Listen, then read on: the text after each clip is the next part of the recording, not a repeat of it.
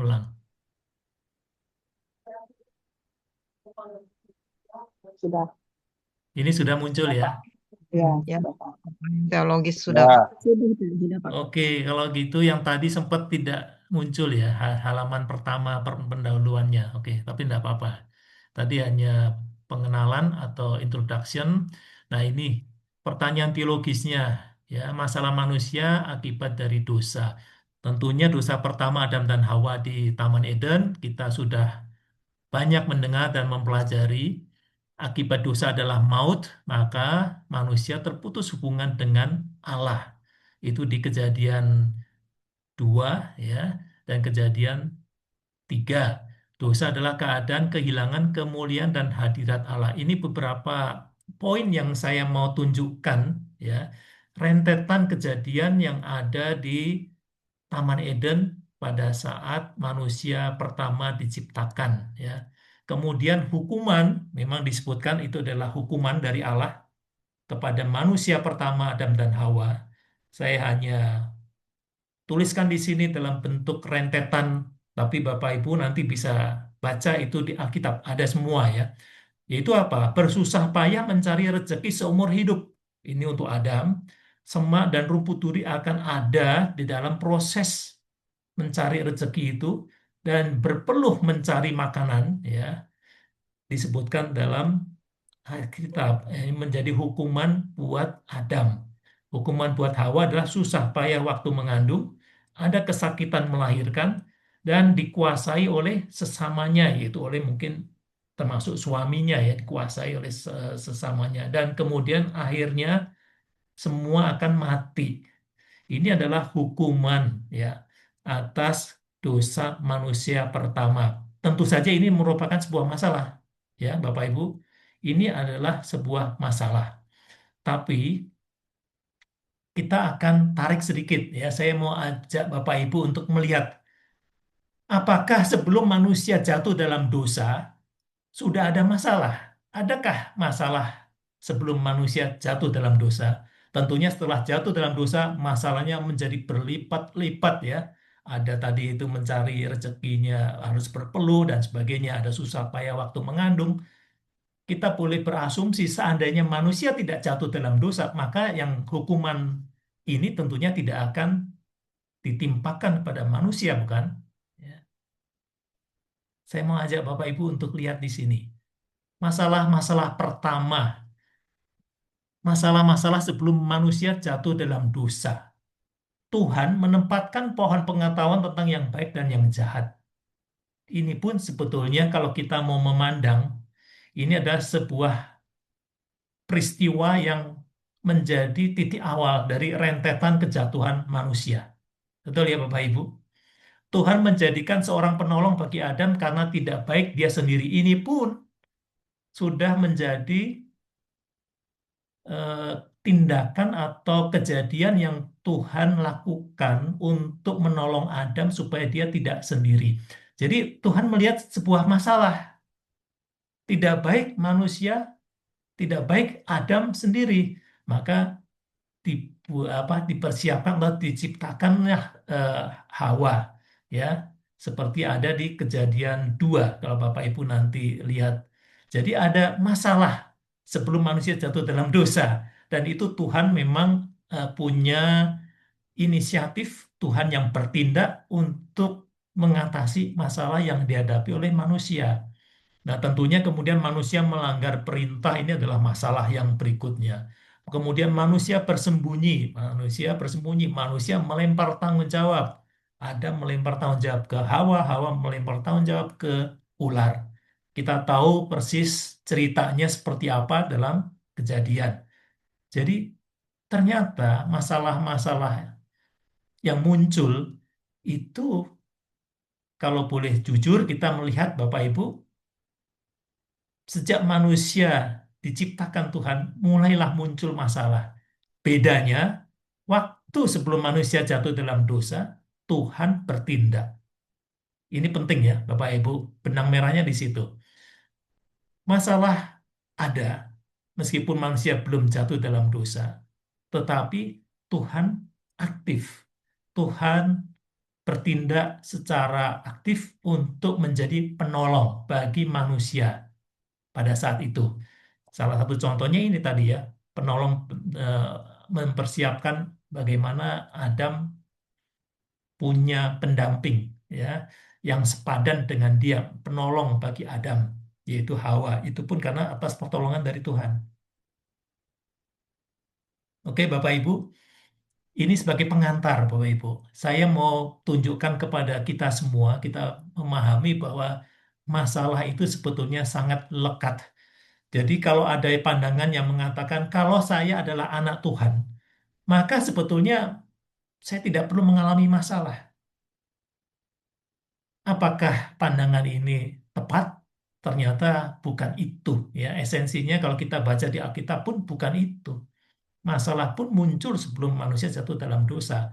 Apalagi setelah jatuh dalam dosa, semakin banyak masalah yang muncul. Oke ya, nanti kita akan balik lagi ke poin tentang ini, Bapak Ibu. Bagaimana masalah dengan keberadaan Tuhan itu sebetulnya saling berkaitan, ya. Saling berkaitan kalau kita memahami dengan benar posisi kita dan apa yang sedang kita alami dan bagaimana kita bisa bergantung kepada Tuhan, maka kita akan menjadi manusia yang berbeda dibandingkan dengan manusia yang tidak mengenal Tuhan, tidak menggantungkan kepada Tuhan, ya, akan berbeda sama sekali. Saya coba lihat secara begini, Bapak Ibu. Ini adalah pemikiran atau hasil pengamatan saya, ya, terhadap berbagai hal dan saya coba bikin ringkasannya. Ada 4 kuadran, ada 4 kelompok ya Bapak Ibu. Ini adalah sebuah masalah, katakan masalah apapun nanti kita akan coba lihat. Masalah ini kita bisa bedakan dari 4 hal.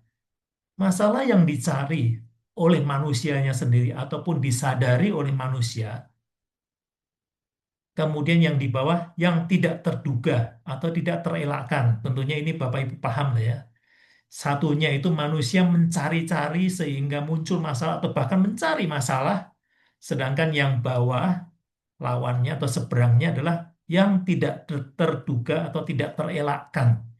Tentunya salah satu contohnya mungkin mas, apakah kecelakaan, apakah bencana alam itu kan di luar dari kemampuan manusia.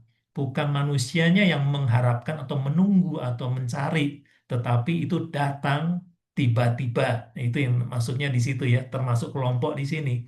Tidak terduga, kalau yang ini manusianya memang melakukan sesuatu, sadar ya, bahwa sesuatu yang dilakukan itu bisa menjadi masalah, atau bahkan itu sebetulnya adalah masalah.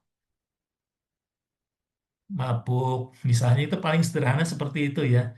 Orang yang sebelum mabuk pasti dia tahu kalau saya minum banyak pasti mabuk, tapi dia tetap masih minum. Nah, sehingga dia menjadi mabuk. Itu masalah yang dicari-cari, ya. Tahu merokok berbahaya tetapi tetap masih merokok. Akhirnya dia kesehatannya kena, paru-parunya bolong atau mungkin jantungnya lemah. Itu kan masalah yang dicari atau disadari oleh manusianya, bukan yang tidak terelakkan, ya. Itu nanti kita akan lihat. Ada contoh-contoh kasus di mana kita bisa melihat bagaimana ini saling berkaitan. Nah, yang ke kiri dan ke kanan, masalah yang bisa dihindari, masalah yang harus dihadapi. Kita pun sering dalam posisi yang serba sulit. Bapak Ibu, mungkin saya percaya dari antara kita yang hadir malam ini di kelas atau mungkin di sesi ini, kita pasti pernah entah sering, entah mungkin agak jarang, tetapi kita punya pilihan-pilihan ini. Ada masalah harus dihadapi atau harus dihindari. Ya. Jadi 4 hal ini saling berkaitan, Bapak Ibu. Mana yang bisa dihindari, mana yang harus dihadapi, mana yang dicari, mana yang tidak terduga atau tidak terelakkan. Kalau kita bisa memilah-milah masalah yang ada di hidup kita hari ini, saya lebih yakin kita akan bisa menemukan jalan keluarnya lebih baik. Meskipun tidak selalu eh, terselesaikan dengan sempurna, tetapi kalau kita bisa mengelompokkan, Bapak Ibu, menganalisa, merenungkan masalah yang sedang kita hadapi ini, apakah ini muncul dari mana, dari bagian yang mana yang paling besar, kita akan coba lihat A, B, C, atau D misalkan. Ini hanya sekedar ilustrasi ya Bapak Ibu. Mau A-nya di sini, di bawah ini juga boleh. Ini hanya sekedar penempatan membedakan nanti yang A, B, C, dan D. Saya mau kita belajar dari Alkitab, ya, karena kita memandang dari sudut Alkitab, maka saya ambil contoh-contoh yang ada dalam Alkitab, masalah yang tercatat, ya, yang kita pelajari. Tentunya banyak sekali contohnya, tapi saya ambil hanya 2 contoh dari setiap kelompok ini. Misalkan kita mulai dari kelompok A ya. Kelompok A ini artinya dicari dan harus dihadapi.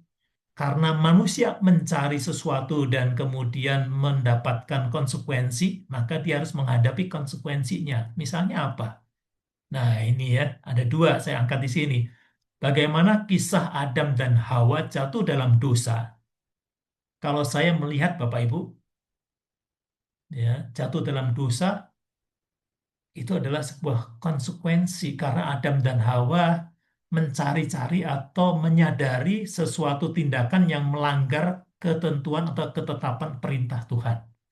Adam dan Hawa tahu itu melanggar perintah tetapi masih melakukan juga, maka mereka jatuh dalam dosa. Konsekuensi yang dia hadapi adalah jatuh dalam dosa dan terusir dari Taman Eden. Nah, inilah contoh perilaku manusia yang menjadi masalah besar hingga hari ini, ya. Seringkali kan kita diingatkan, coba Adam dan Hawa waktu itu nggak jatuh dalam dosa, mungkin hari ini kita nggak perlu mengalami apa, jadi maksud ada yang dosa asal ya. Waktu itu saya pernah ingat ada pengajaran seperti itu kan. Kita semua berdosa karena Adam dan Hawa jatuh dalam dosa. Sehingga kita memang butuh penebusan. Barulah kita bisa keluar dari dosa asal itu, bisa ditebus ya oleh darah Kristus. Tapi Adam dan Hawa ini karena melakukan pelanggaran, maka dampaknya kepada manusia semua, semua generasi manusia jatuh dalam dosa sejak lahir ya. Itu yang harus dihadapi. Manusia tidak bisa menghindar, tidak bisa mengelak. Kisah yang kedua, kisah Daud dan pendaftaran atau sensus orang Israel. Ini contoh yang juga klasik, Bapak Ibu nanti bisa cari di kitab 2 Samuel ya. 2 Samuel 24 itu tentang bagaimana Daud, entah karena idenya siapa ya, kemudian melakukan sensus orang Israel, di sensus berapa banyak orang Israel yang bisa berperang. Seolah-olah kan baik itu, bagus kan, untuk tahu berapa banyak tentara yang bisa menghadapi musuh-musuhnya. Tetapi ternyata inisiatif atau pemikiran Daud ini kemudian mendatangkan bencana untuk orang Israel pada saat itu. Daud harus memilih apa hukuman yang harus dialami oleh bangsanya. Bapak Ibu nanti bisa baca di sana. Jadi konsekuensinya harus dihadapin karena dia melakukan sesuatu keputusan yang salah, yang tidak sesuai dengan kehendak Tuhan. Perhatikan Bapak Ibu ya, manusia yang mencari-cari atau melakukan suatu tindakan yang tidak sesuai dengan kehendak Tuhan dan mereka akan menghadapi konsekuensinya. Harus menghadapi konsekuensinya apapun itu. Nah, kita lihat sekarang di bagian yang berikutnya, di B ya, kuadran yang sampingnya. Pengorbanan Yesus. Nah, ini menarik sekali ya. Dan kutuk karena dosa.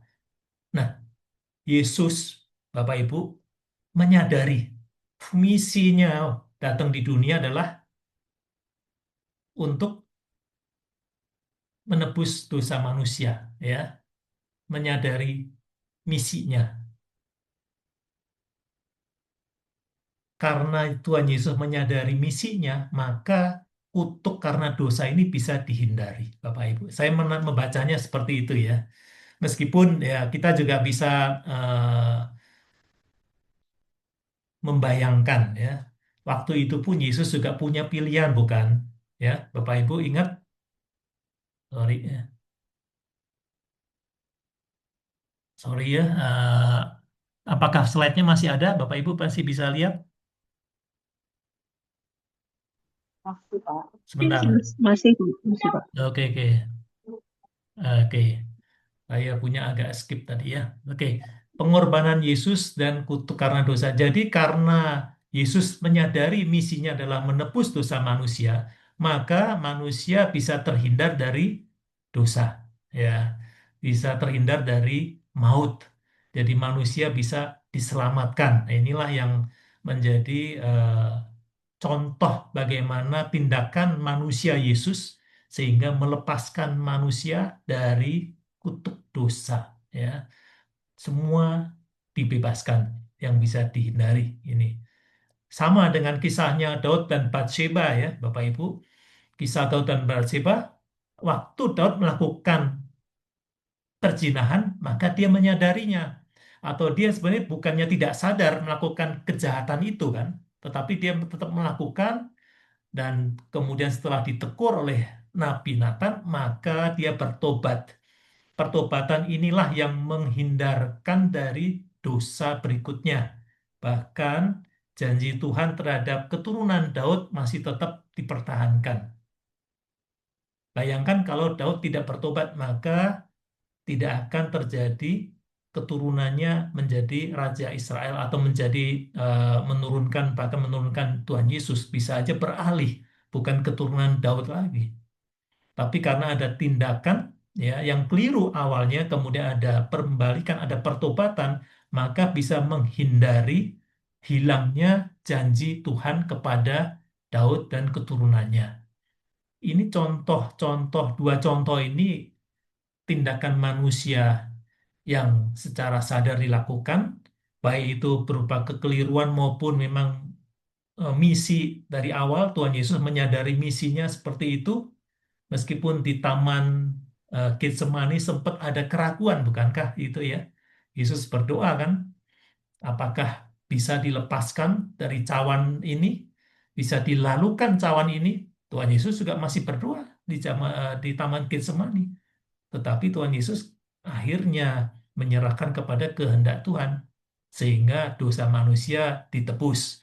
Coba kalau waktu itu Tuhan Yesus juga menolak atau menghindar atau tidak menanggung eh, cawan itu ya, dosa manusia tetap masih ada dan misi Tuhan tidak akan berhasil dituntaskan ya. Tidak akan ada kata tetelestai ya, tidak ada kata eh, itu di atas kayu salib. Nah, ini contoh dari dua hal yang dicari, baik yang harus dihadapi maupun yang bisa dihindari. Bagaimana yang ini? Yang tidak terduga atau tidak terelakkan, tetapi juga ada nuansa yang harus dihadapi dan yang bisa dihindari. Kisah Naomi dengan kematian suami dan dua putranya, Bapak Ibu kalau ingat ya, bagaimana di kitab Rut, Bapak Ibu. Naomi dengan suami dan kedua anaknya pindah keluar dari Israel untuk mencari penghidupan yang lebih baik. Tujuannya baik, meninggalkan Israel, tetapi kemudian malah terjadi bencana. Suaminya mati dan dua putranya pun mati. Hanya tinggal dua menantu, ya, menantu perempuan. Yang satu ikut dia nantinya, ya, yang satu kembali ke bangsanya. Kan ada kisahnya seperti itu. Yang harus dihadapi oleh Naomi apa? Kepahitan, ya. Jadi ada sesuatu yang tidak terduga, yang tidak terelakkan, yaitu kematian suami dan kedua putranya, sehingga dia harus menghadapi atau mengalami kepahitan. Makanya Naomi mengatakan, panggil aku Mara, ya, kepahitan. Sempat mengalami kepahitan karena ditinggal oleh suami dan kedua putranya. Bayangkan Bapak Ibu, ini betapa berat kondisi situasi dari Naomi. Masalah yang dihadapi sangat berat. Hanya tinggal menantu perempuannya yang mau ikut dia. Ini termasuk di sini. Kisah Ayub sama juga ya, mirip-mirip. Ayub bukan orang yang melakukan kejahatan. Ya, kita sudah tahu bagaimana Ayub ini kemudian bertahan dalam imannya, ya, harus tidak bisa mengelakkan karena dia memang tidak punya kuasa, tetapi Tuhan izinkan dalam kisah ini untuk dicobai. Ayub itu dicobai oleh iblis. Tapi sampai pada kesudahannya, ya, Ayub ini kemudian bisa kembali menatap Tuhan dan bersyukur dan kemudian dipulihkan. Ini sesuatu happy ending ya. Tetapi ini sesuatu yang sangat luar biasa. Bahkan untuk ukuran kita hari ini, coba dibayangkan kalau ada yang seperti Ayub saja. Kita juga mungkin ya tidak akan bisa bertahan seperti Ayub ya. Mungkin kita sudah jauh dengan Tuhan paling tidak. Mungkin kita tidak mengata-ngatai Tuhan, tetapi kita menjadi hambar dengan Tuhan. Karena apa? Karena Tuhan mengambil apa yang menjadi eh, kehidupannya, menjadi sukacitanya, anak-anaknya, hartanya, bahkan mungkin pasangan atau istrinya, ya. Itu harus dipisahkan, terpisah semua. Tapi Ayub masih tetap bisa bertahan meskipun sempat sedikit agak goncang di beberapa eh, episode kalau kita baca di kitab Ayubnya ya. Tapi di ujungnya kemudian dia menyadari bahwa Tuhanlah yang sepenuhnya berkuasa atas hidupnya. Maka sejak itulah dipulihkan, Bapak Ibu. Ini sesuatu yang luar biasa. Hanya sedikit orang yang bisa memiliki keyakinan, memiliki kekuatan seperti yang Ayub miliki. Ini teladan yang luar biasa. Nah, yang keempat ini Bapak Ibu, kita lihat masalah yang dihadapi oleh manusia.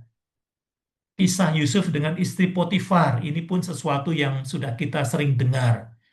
Bagaimana Yusuf yang secara tidak terduga, ya, Yusuf tidak mencari kan? Yusuf tidak mencari kesempatan untuk berduaan dengan istrinya Potifar. Tapi karena dalam kondisi tertentu dia sendirian, tidak terduga, tidak terelakkan, tapi Yusuf kemudian bisa menghindar dari perbuatan dosa. Ini tidak terduga, tapi bisa dihindari. Ini adalah contoh yang sangat powerful ya, bagaimana kita bisa keluar dari pencobaan, melarikan diri atau jauh dari yang mencobai. Ini sesuatu yang menarik, Bapak Ibu. Kita seringkali mungkin belajar untuk kuat terhadap pencobaan. Tapi kalau menurut yang kita pelajari atau yang kita baca malam ini, Yusuf bukannya bertahan, artinya diam di situ, kemudian bertahan mencoba kuat dengan godaan istri Potifar, tapi dia keluar atau melarikan diri atau lari dari sumber pencobaan. Ini sesuatu yang harus kita renungkan dan kita bisa lakukan. Kita harus menjauh dari sumber pencobaan. Jangan kita merasa kuat dengan pencobaan itu dan kita merasa, oh Tuhan ada kok, jadi saya akan tetap bertahan. Tidak selalu seperti itu, Bapak Ibu. Ya, tidak selalu seperti itu. Mungkin dalam kasus tertentu harus seperti itu. Dalam kasus yang lain lagi harus keluar, harus melarikan diri, harus menjauh dari sumber pencobaan itu. Karena kalau tidak justru akan jatuh dalam dosa.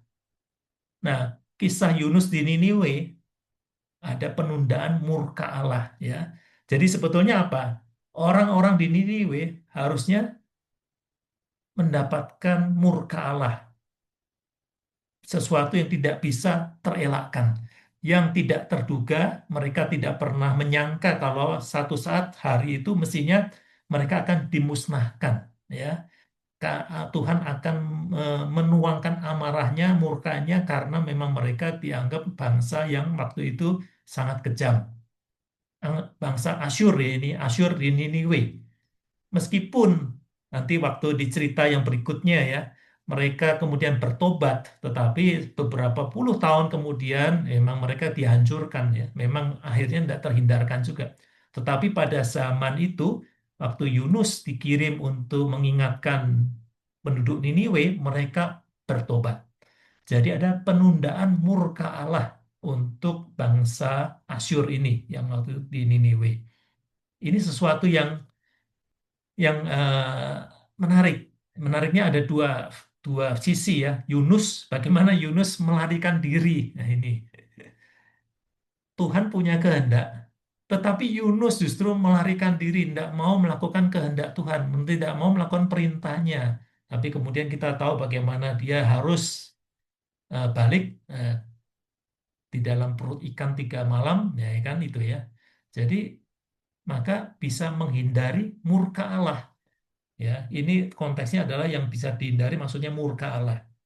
Tadinya ada murka Allah yang harus diterima oleh penduduk Niniwe, tetapi karena ada pertobatan, ada penundaan, maka terhindarlah mereka dari kehancuran ya untuk saat itu ya. Ini bukan tentang Yunusnya ya, tapi Yunus memang mencoba lari dari tanggung jawabnya ya. Oke, ini contoh-contoh Bapak Ibu bahwa masalah itu sudah ada sejak zaman dulu, bahkan tadi saya mulai dengan sejak pertama kali manusia diciptakan, bahkan sebelum jatuh dalam dosa sudah ada masalah. Jadi bagaimana? Masalah itu adalah sesuatu yang normal, wajar ya. Bahwa masalah semakin melebar atau semakin sulit, itu yang harus kita renungkan. Kita harus menjadi perenungan kita malam ini, Bapak Ibu. Saya mau ajak kita semua, ya. Coba kita perhatikan. Saya mendapatkan satu statement ini, Tuhan terkadang membiarkan terjadinya masalah, ya. Namun Dia juga selalu siap untuk memberikan solusi karena Dia adil dan mengasihi manusia yang mengandalkannya, ya. Ini kita lihat seperti misalnya tadi Ayub misalnya ya. Jelas Tuhan membiarkan terjadinya masalah, membiarkan iblis mencobai Ayub. Dalam konteks hari ini, memang yang seperti itu tidak ada lagi. Disebutkan juga dalam Alkitab, tidak akan ada lagi pencobaan seperti yang dialami oleh Ayub. Tetapi dalam hal-hal yang tertentu, ada kejadian di mana seolah-olah Tuhan membiarkan. Ya. Ada masalah muncul. Ya. Namun Tuhan itu tidak pernah diam, Bapak Ibu. Kalau kita mengandalkannya, saya banyak mendengar kesaksian dan saya juga menyaksikan sendiri dan mengalami sendiri. Ya, kalau kita mengandalkan Tuhan, maka Dia akan memberikan solusi, ya, memberikan jalan keluar, memberikan kelegaan. Wah, itu sesuatu yang luar biasa. Bukan masalahnya yang harus kita hindari, tapi kita tetap mengandalkan kehadirannya. Itu yang menjadi hal yang penting. Tuhan bisa menghukum atau membiarkan manusia yang atas kehendaknya sendiri berupaya mencari solusi tanpa petunjuknya. Nah, ini merupakan satu rangkaian dari yang perenungan sebelumnya ya Bapak Ibu ya. Andalkanlah Tuhan Bapak Ibu. Jangan mengandalkan kekuatan pemikiran sendiri, kehendak sendiri, karena akan lebih banyak menemui kekecewaan. Ya, manusia yang mengandalkan pemikirannya sendiri, keinginannya sendiri ya, dan bukan karena mendapatkan petunjuk dari Tuhan ya, seringkali mengalami kekecewaan. Dan Tuhan biarkan itu ya. Tuhan mungkin menghukum untuk yang model seperti itu, tetapi bisa juga Tuhan membiarkan, oke, aku biarkan manusia, biarlah dia mencoba atas kemampuannya, kekuatannya sendiri, mau kiri ke kanan, mau lakukan ini, melakukan itu, silakan. Coba aku lihat, aku tunggu pada saat tertentu bagaimana dia akan menjadi sadar sebatas apa sih kemampuannya, keinginannya itu. Janganlah sampai terjadi kepada kita, Bapak Ibu. Nah, manusia, yang ini yang bagian yang ketiga, perenungan yang ketiga, seringkali perlu mengalami proses, yaitu masalah yang dialami, ya, untuk lebih mengenal kehendak dan kasih Tuhan yang sempurna. Bapak Ibu, meskipun ini sesuatu yang sulit untuk kita terima, ya, tetapi lebih baik kita mengamini ini, ya. Masalah itu sebuah proses supaya kita lebih dekat dengan Tuhan, mengenal kehendak Dia, dan juga menerima kasih-Nya yang sempurna. Masalah adalah sebuah proses untuk mendekati. Mungkin ada yang bertanya, kalau nggak ada masalah, apakah nggak bisa mendekati? Ini menjadi sebuah perenungan kita ya. Pertanyaan ini pun mungkin saya mau kembalikan kepada Bapak Ibu. Kalau Bapak Ibu nggak mengalami masalah, kira-kira ya, apakah sukacitanya itu kepada Tuhan atau kepada diri sendiri? Wah, aku bener nih, gitu kan? Feelingku bener, misalnya seperti itu. Keputusanku bener, jadi aku nggak mengalami kerugian, aku mengalami keuntungan, aku mengalami ini. Bisa seperti itu, Bapak Ibu. Ya. Kegagalan atau keberhasilan bisa menjauhkan kita dengan Tuhan. Kita nggak menyadari bahwa Tuhanlah yang di belakang semuanya itu. Nah, kemudian yang berikutnya, perenungan yang keempat, kegagalan manusia yang terbesar bukan pada saat dia kalah oleh masalah, Bapak Ibu, tapi meninggalkan hadirat Tuhan karena mengalami masalah. Ini sebetulnya satu tragedi ya, tragedi manusia. Kalau sampai manusia menjauhi Tuhan karena dia menghadapi masalah yang berat dan yang besar dan dia merasa kalah oleh masalah itu, ini berarti kemenangan iblis. Iblis sudah berhasil menggeser keyakinan orang tersebut meninggalkan Tuhan karena masalah yang dihadapi. Masalahnya bisa berupa apa saja, ya Bapak Ibu. Banyak contohnya. Nanti hari ini kalau nanti waktunya mengizinkan pun Bapak Ibu juga saya ajak untuk merenungkan bahkan nanti kalau ada masalah-masalah yang memang begitu berat pergumulan kita bisa sama-sama mencoba memberikan keringanan ya, meringankan dengan pemahaman-pemahaman yang hari ini Bapak Ibu dengar. Mindset anak Tuhan terhadap masalah mestinya ini ya, tadi saya sudah singgung, menganggapnya sebuah proses pemurnian iman untuk pada akhirnya memiliki karakter Kristus. Ya, ini adalah ujungnya. Ujungnya atau goal akhirnya adalah memiliki karakter Kristus, Bapak Ibu. Mindset kita terhadap masalah. Kita tidak bisa menghindari masalah, atau kita tidak bisa menghapus masalah, atau menginginkan tidak ada masalah dalam hidup kita, itu justru keliru, ya. Tapi kita harus menganggap sebagai sebuah proses pemurnian iman, karena disitulah iman kita diasah, diuji untuk memiliki karakter Kristus. Nah, ini sekedar beberapa petunjuk, Bapak Ibu. Siapapun di antara kita, saya dan Bapak Ibu semua yang masih mengalami masalah, apapun itu masalahnya, kalau kita coba lihat langkah-langkah ini, kita coba melihat secara objektif ya, gambar besarnya, supaya kita bisa mengidentifikasi dan bisa mencari solusinya. Tentunya dengan pertolongan Tuhan ya. Awali dengan doa dan tekad untuk keluar dari masalah yang mengikat Anda. Kenali, identifikasi masalah yang sedang dialami.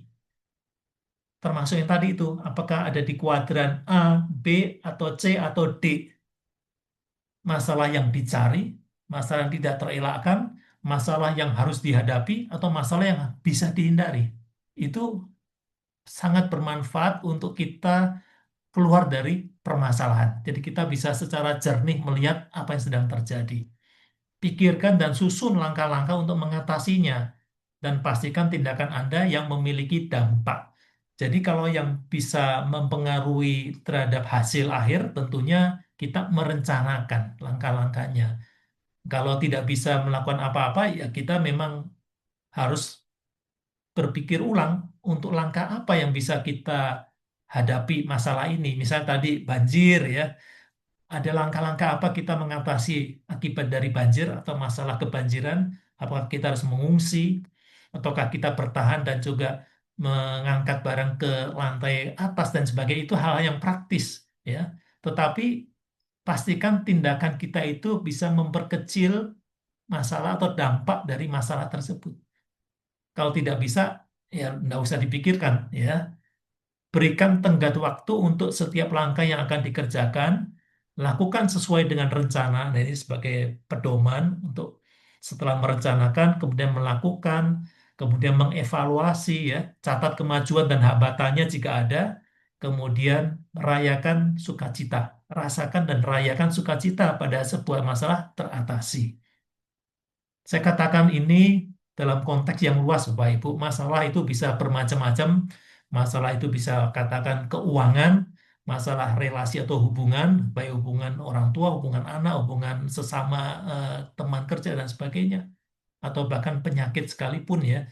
Ini masalah-masalah yang memang harus dihadapi oleh manusia. Kita semua mengalaminya. Satu saat kita harus bisa eh, tadi ya, apakah menghindar atau menghadapi. Apakah ini terelakkan, apakah ini sebagai akibat dari sesuatu yang manusia sendiri mencari masalah itu. Ini sebagai pedoman kita, Bapak Ibu, ilustrasi ya, orang ini ada di bawah payung ya, ada payung yang melindunginya dari hujan. Nanti baca di 1 Yohanes 5:18, Tuhan yang melindungi ya. Ada Allah, kuasa Allah yang menjagai kita kalau kita memang ada di bawah lindungan Allah. Kita selalu bawa payung atau istilahnya bawa payung ini dekat dengan hadirat Allah. Tuhan akan menjagai. Atau yang sebelahnya ilustrasi ini juga sangat populer. Kenakan selengkap senjata Allah. Semua kita persiapkan dengan baik. Ini di Efesus 6:11-18. Semua kita persiapkan dengan sebaik-baiknya. Jangan ada satupun yang ketinggalan. Sehingga kita terlindung dari berbagai pencobaan, dari berbagai masalah. Kalau kita lalai, tentunya kemungkinan akan ada masalah yang muncul. Itu masih ada kemungkinan, Bapak Ibu ya. Berarti ada sesuatu yang memang Tuhan izinkan. Kalau sudah melengkap seperti ini, ada masalah yang muncul, berarti Tuhan izinkan untuk sebuah tujuan yang lebih mulia. Ya. Nah, ini ilustrasi juga Bapak Ibu, bagaimana orang yang terbelenggu dengan sebuah atau beberapa masalah dalam kehidupannya, ibaratnya adalah seseorang yang ada di dalam penjara. Ya. Dia duduk di dalam sel, kemudian itu dalam sel yang penjara, dia tidak bisa keluar, dia di dalam itu terlibat, terbenam di dalam permasalahannya. Baik itu masalah itu bisa kepahitan, bahkan masa lalu pun bisa menjadi masalah. Kalau dia selalu terbenam, teringat-ingat ya, dalam ingatan dia menjadi orang yang paling malang di dunia. Aku ini paling malang di dunia. Aku orang yang dilupakan oleh Tuhan dan sebagainya. Itu akan menjadi problem besar karena dia seorang narapidana. Nah, sebaliknya Bapak Ibu, ini adalah suatu situasi kondisi di mana sel ini sudah terbuka pintunya. Tentunya karena apa? Karena ada kunci yang sudah membuka pintu itu sehingga siapapun yang ada di dalam bisa keluar dari sel ini. Sesuatu yang lucu Bapak Ibu, bukannya lucu ya, menyedihkan tapi ya saya mungkin sedikit ini. Ternyata tidak sedikit juga orang-orang yang dalam kondisi awal seperti ini terbenam di dalam masalah dan dia sudah terbiasa dengan masalah yang menghimpitnya. Waktu pintu dibukakan, dia tetap masih ingin ada di dalam. Dia tidak mau beranjak keluar untuk bebas menjadi manusia yang bebas dari masalah, tetapi dia tetap justru mempertahankan masalahnya. Ini satu fenomena yang mungkin tidak banyak, tetapi ada. Ada orang-orang tertentu yang justru merasa nyaman di dalam masalah yang dialami oleh dirinya. Masa lalu yang dia sebenarnya dia kurang suka atau dia benci bahkan ya, tetapi dia sayang untuk tinggalkan. Nah, ini sesuatu yang sangat menyedihkan. Ibaratnya sampah tapi dia sulit untuk membuang. Ibaratnya pintu sel sudah terbuka tapi orang itu tidak mau melangkah keluar. Dia masih duduk di dalam membayangkan dia seperti ini. Seolah-olah pintu masih tertutup. Ini kejadian Bapak Ibu, ini real. Saya pernah dengar juga ada orang-orang tertentu yang masih seperti itu, yang masih mengingat-ingat masa lalu, mengingat-ingat problemnya, sehingga diberikan solusi dikatakan yang ini dan itu pun dia tidak mau mendengar dan dia tidak mau menerima. Ya, dia selalu dalam bayangan masa lalu. Bapak Ibu, ini sebagai penutup ya, mungkin slide penutup. Fanny Crosby ini adalah seorang wanita yang malang sebetulnya. Karena apa? Dia seorang tunanetra. Ini mungkin sudah sering kali Bapak Ibu dengar. Tetapi dia dengan kemauan yang kuat dan juga dorongan dari Roh Kudus ya, dia menjadi seorang pencipta lagu himne yang paling produktif ya. Ada 8.000 sekian yang dia ciptakan himnenya. Salah satunya ini Blessed Assurance ya. Blessed Assurance ya. Ini sangat luar biasa. Dia menjadi berkat bagi jutaan, bahkan mungkin puluhan juta atau ratusan juta orang-orang Kristen sampai hari ini. Ya, dia lahir 1820, meninggal 1915. Buta sejak kecil atau bahkan sejak lahir ada sesuatu kelainan dalam bola matanya. Orang kedua yang mungkin juga populer kita tahu Nick Vujicic ya, masih hidup orangnya sampai hari ini. Ya, dia orang Australia. Just because I don't understand God's plan does not mean that He's not with me. Hanya karena aku tak tahu rencana Tuhan, bukan berarti dia tidak bersamaku. Wah, ini luar biasa, Bapak Ibu. Bapak Ibu, punyailah ya moto atau slogan hidup seperti Nick Vujicic ini paling tidak ya. Contoh yang sangat real ya. Karena kita nggak tahu rencana Tuhan bukan berarti dia tidak ada bersama kita. Roma 8:31. Sebab itu apakah yang akan kita katakan tentang semuanya itu jika Allah di pihak kita, siapakah yang akan melawan kita? Nah, Bapak Ibu, jangan sampai salah memahami ayat ini, Bapak Ibu. Kalau kita baca ayat ini bukan berarti tidak ada lawan ya di hadapan kita. Bukan itu maksudnya. Lawan tetap ada dan tetap muncul, tetapi kita akan menjadi pemenang karena Allah di pihak kita. Allah menguatkan kita untuk memenangkan ya pertandingan itu atau mungkin pencobaan itu atau mungkin masalah yang dihadapi. Allah menguatkan kita, bukan Allah menghilangkan lawan kita, bukan selalu seperti itu. Meskipun bisa seperti itu, tetapi tidak seperti itu. Lebih banyak Tuhan yang menguatkan kita, menguatkan manusia untuk menghadapi lawan dan mengatasinya, menjadi pemenang. Nah, Bapak Ibu, saya rasa itu yang menjadi eh, tema kita malam ini. Saya akan membuka kesempatan nanti untuk Bapak Ibu berikan kesaksian ya, ada beberapa waktu. Termasuk juga nanti ada permohonan doa, nanti kalau ada yang mau didoakan, kita bicara masalah-masalah yang ada di dalam kehidupan kita. Ya. Tidak ada sesuatu yang mustahil kalau Allah di pihak kita. Tidak ada masalah yang tidak akan teratasi kalau kita ada di dalam hadirat Tuhan. Itu yang harus kita pegang terus. Bukan kita mau Tuhan menghilangkan masalah kita, ya itu terlalu gampang buat Tuhan. Tapi Tuhan ingin supaya kita menjadi kuat. Anak-anak Tuhan yang kuat. Dan kita mengalami perjumpaan dengan Tuhan. Kita tahu kita aman di dalam Dia. Amin Bapak Ibu. Amin. Ya, mari kita Amin. tutup dengan doa sebelum nanti kita masuk pada bagian berikutnya. Haleluya. Terima kasih Tuhan Yesus. Terima kasih Bapa. Biarlah malam ini Engkau bekerja dalam hati pikiran kami, Bapa. Kami boleh makin mengenal kehendak-Mu dalam kehidupan kami di tengah-tengah segala permasalahan yang kami alami. Kami ingin tetap melekat kepada Engkau, Tuhan. Karena kami tahu tanpa Engkau kami tak akan mampu menjadi pemenang. Kami mau Tuhan, Kau berkuasa atas hidup kami. Biarlah malam ini kami mau menyegarkan kembali tekad kami, niat kami untuk tetap setia kepada Engkau, mendengarkan firman-Mu, jadi pelaku firman, dan kami akan menjadi penolong juga bagi sesama kami.